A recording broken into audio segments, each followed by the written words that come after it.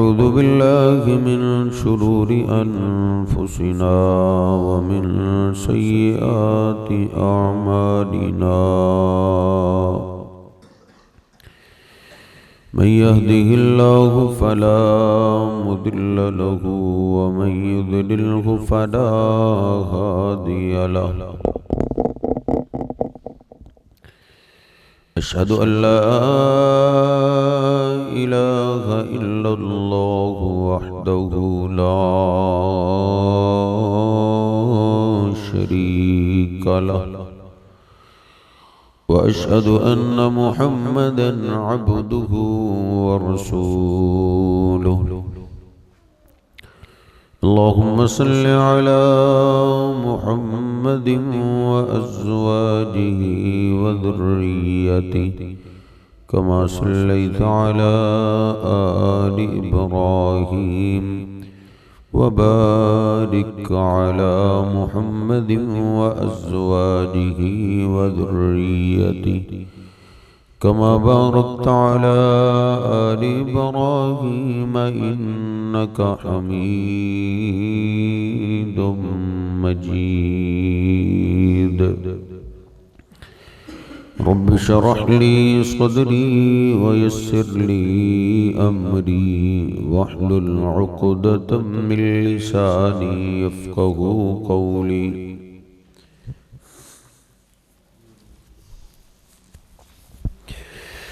أعوذ بالله السميع العليم من الشيطان الرجيم من همزه ونفخه ونفسه بسم الله الرحمن الرحيم ألم تر إلى الذين خرجوا من ديارهم وهم ألوف حذر الموت فقال لهم الله موتوا ثم أحياهم إن الله لذو فضل على الناس ولكن أكثر الناس لا يشكرون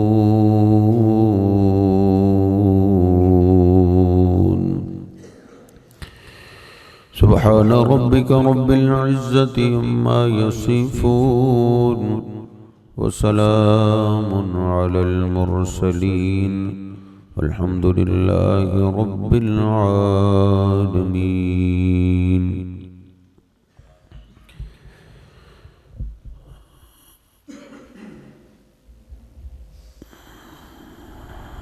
دو سو 43 آیت کا نمبر ہے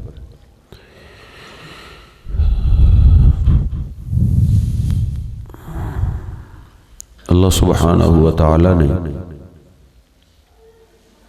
یہاں گزری ہوئی کسی مشہور قوم کا تذکرہ کیا ہے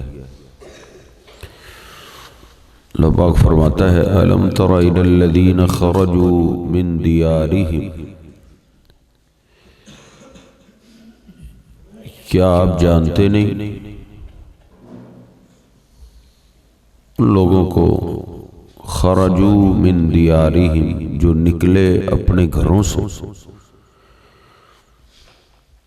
وہم الوف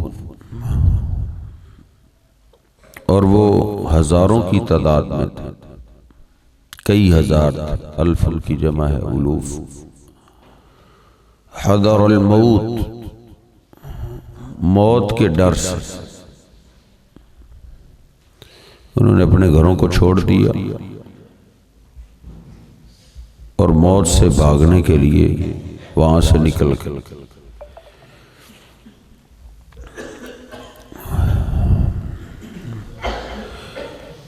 یہ کون سی قوم تھی اور کدھر رہتے تھے اس بارے میں قرآن و حدیث میں کوئی وضاحت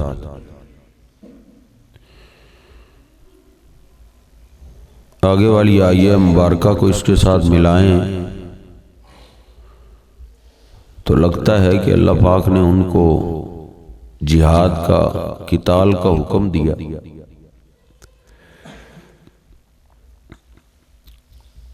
تو موت سے ڈر کر انہوں نے میدان چھوڑ دی۔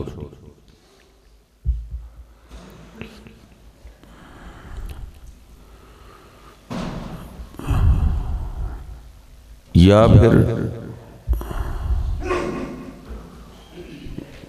وبا پھیلی جو بندوں کو مار رہی تھی، تو موت کے ڈر سے انہوں نے وہ بستی چھوڑ دی۔ حدیث پاک میں ہے، بخاری شریف میں حدیث پاک ہے کہ اگر کسی علاقے میں وبا پھیل جائے اور تم ادھر ہی رہ رہے ہو تو تم وہاں سے بھاگو نہیں، ادھر ہی رہو۔ ہاں اگر تم باہر ہو تو پھر اس بستی میں آؤ نہیں۔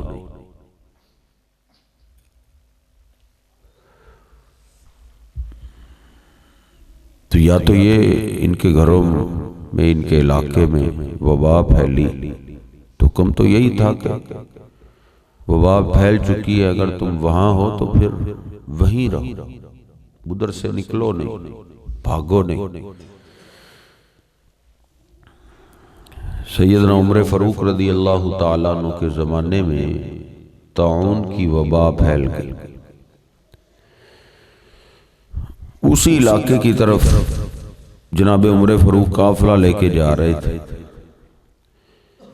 تو کسی نے بتایا کہ آگے طاعون کی وبا پھیل چکی ہے، تو جناب عمر فاروق رضی اللہ تعالیٰ عنہ ادھر ٹھہر گئے، مشورہ لینے لگے کہ کیا کریں۔ تو پھر ایک صحابی نے یہ حدیث مبارکہ سنائی، تو انہوں نے اللہ کا شکر ادا کیا، تو پھر وہیں سے واپس پلٹ پڑے۔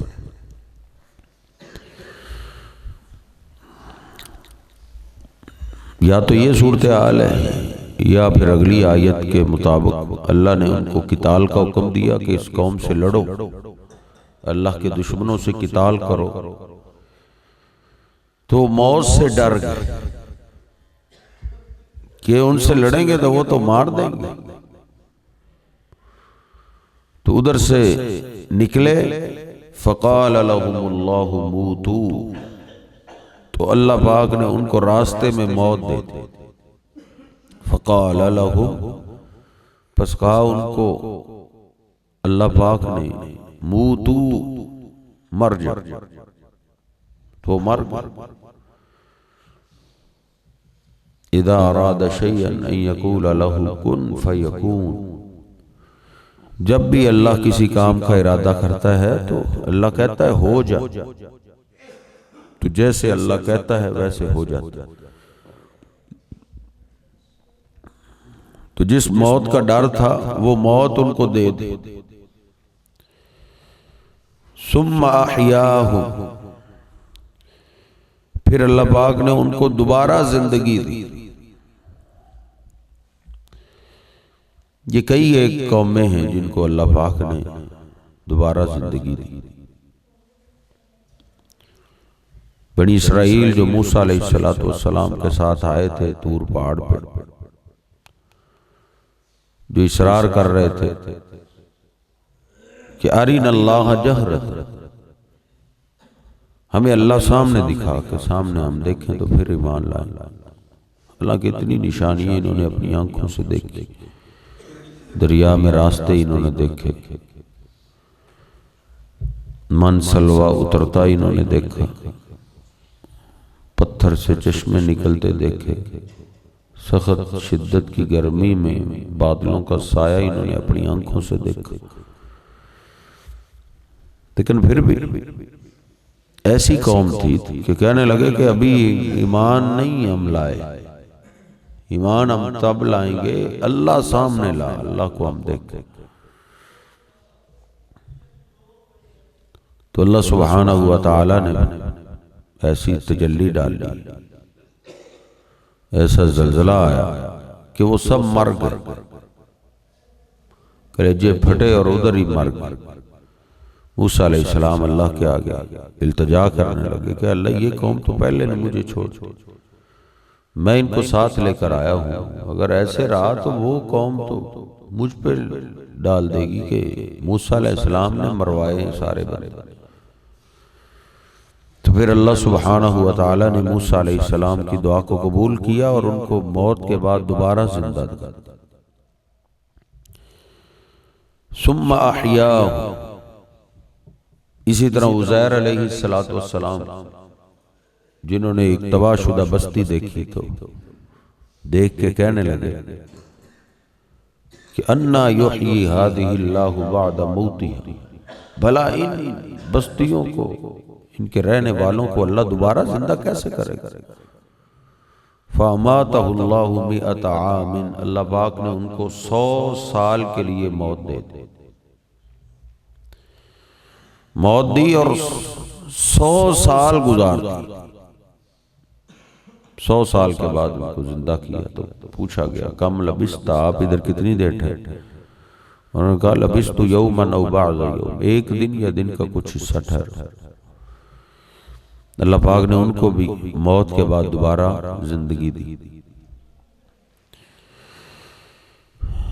ثم احیاہ، اس قوم پہ بھی اللہ نے احسان کیا، ان کو موت چکھا کے پھر دوبارہ اللہ پاک نے ان کو زندگی دی۔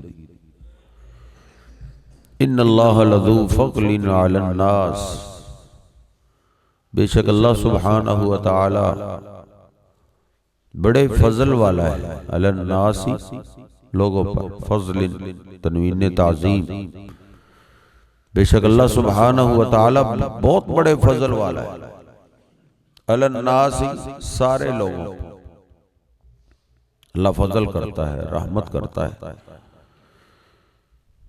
نبی پاک صلی اللہ علیہ وسلم فرماتے ہیں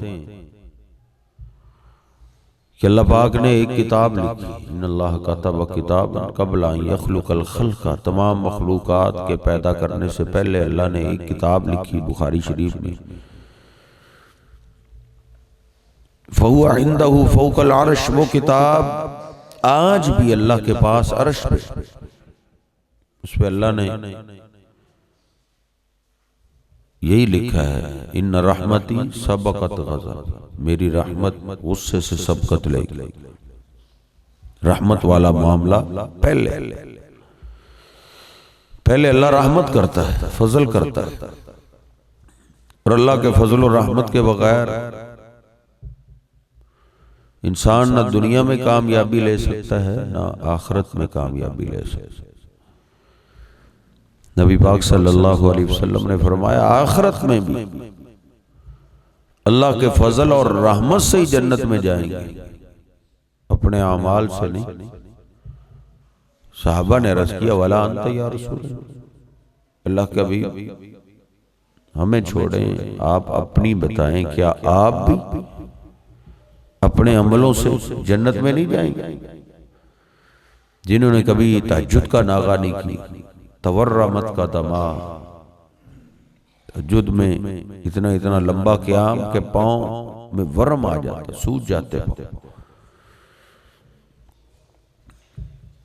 اور نفلی روزے، امی عائشہ کہتی ہیں آپ رکھتے جاتے تو پھر رکھتے ہی جاتے، لگتا جیسے آپ ناغہ نہیں کریں گے۔ نفلی روزے، لمبے لمبے سجدے اور صدقات و خیرات کی اخیر، تیز آندھی بھی آپ کے کبھی کبھی صدقات و خیرات کا مقابلہ نہیں کرتا۔ جس طرح تیز ہوا ہے، تنگ سے تنگ گھر میں بھی وہ ہوا پہنچ جاتی ہے۔ رمضان شریف میں نبی پاک صلی اللہ علیہ وسلم کی خیرات، آپ کا صدقہ ہر گھر پہنچ جاتا ہے۔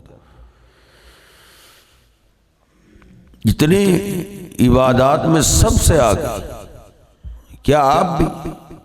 آپ نے فرمایا وَلَا أَنَا إِلَّا أَن يَتَغَمَّدَنِيَ اللَّهُ بِفَضْلِهِ وَرَحْمَتِهِ، میں بھی اپنے عملوں سے جنت میں نہیں جاؤں گا، جنت میں جاؤں گا جب اللہ مجھ پہ فضل کرے گا، اللہ مجھ پہ رحمت کرے گا۔ تو اللہ پاک سے اللہ کے فضل اور رحمت کا ہی سوال کرتے رہنا چاہیے۔ ان اللہ لذو فضل، بے شک اللہ سبحانہ و تعالی بڑے فضل والا ہے، علی الناس سارے لوگوں، ولکن اکثر الناس لا یشکرون، لیکن لوگوں کی اکثریت شکر نہیں کرتی۔ یہ اللہ سبحانہ و تعالی نے شکوہ کیا ہے کہ فضل بڑا اللہ کرتا ہے، انعامات بڑا کرتا ہے، لیکن نہ شکری ہے، شکر گزاری نہیں۔ انعامات تو ہمارے سامنے، ایک وقت تھا کہ پورے گاؤں میں چند ایک انگلیوں میں گنے جاتے تھے جن کے پاس سائیکل ہوتا تھا۔ ایک گلی میں ایک گھر میں سائیکل ہوتا تھا، جس کو ضرورت پڑتی تھی ان سے مانگتے تھے۔ آج ہر گھر میں دو دو تین تین موٹر سائیکل، پھر بھی جس سے پوچھ لو مرنے کا ہی کہتا ہے، مر گیا۔ یعنی شکری زیادہ ہے۔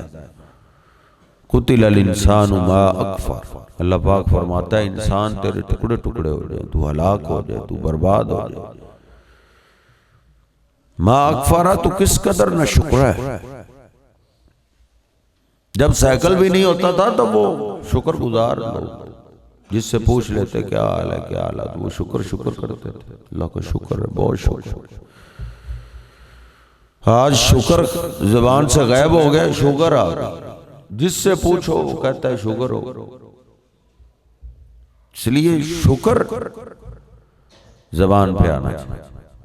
لَإِن شَكَرْتُمْ لَأَزِيدَنَّكُمْ وَلَئِن كَفَرْتُمْ إِنَّ عَذَابِي لَشَدِيدٌ، اللہ پاک فرماتا ہے شکر کرو تو میں نعمتیں اور زیادہ دوں،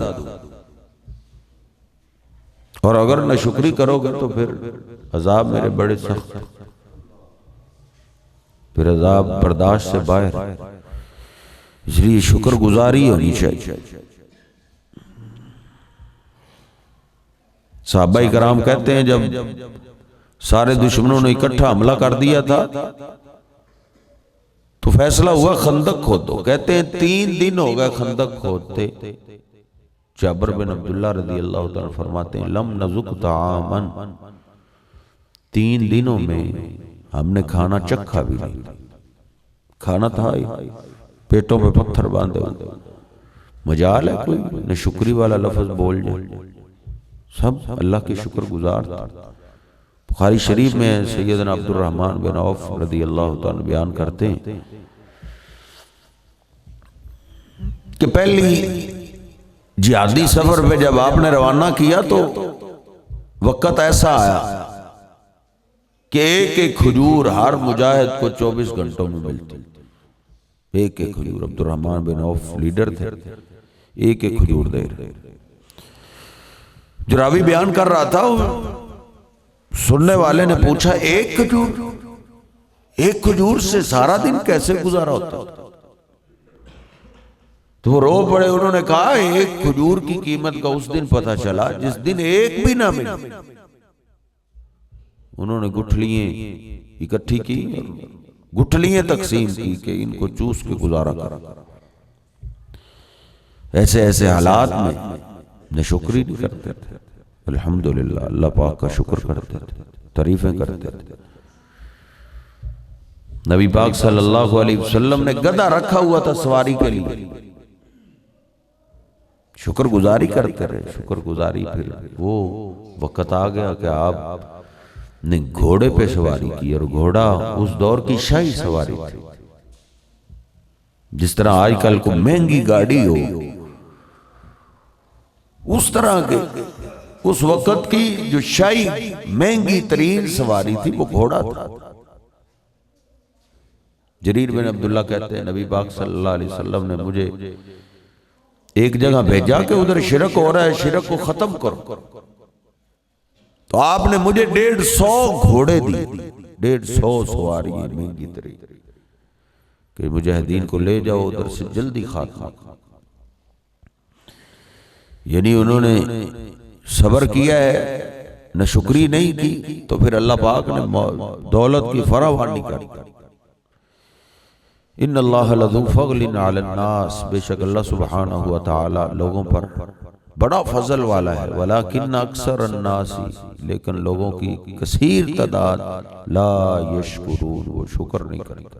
الم تر الی الذین خرجوا من دیارہم، کیا نہیں دیکھا آپ نے ان لوگوں کی طرف، خرجو جو نکلے، من دیارہم اپنے گھروں سے، وہم الوف اور وہ ہزاروں کی تعداد میں تھے، حذر الموت، موت کے ڈر سے، موت کے ڈر سے انہوں نے گھر ہی چھوڑ دی، علاقہ ہی چھوڑ دی۔ فقال لهم اللہ موتوا، اللہ پاک نے ان کو موت دے دی، کہا ان کو اللہ نے مر جاؤ، مر گئے۔ ثم احیاهم، پھر اللہ پاک نے ان کو دوبارہ زندگی دی، موت کا ڈر اتار دیا۔ ان اللہ لذو فضل علی الناس، بے شک اللہ سبحانہ و تعالی بڑے فضل والا ہے، علی الناس، سارے لوگوں پہ، ولیکن اکثر الناس لا یشکرون، لیکن لوگوں کی کثیر تعداد شکر نہیں کرتی۔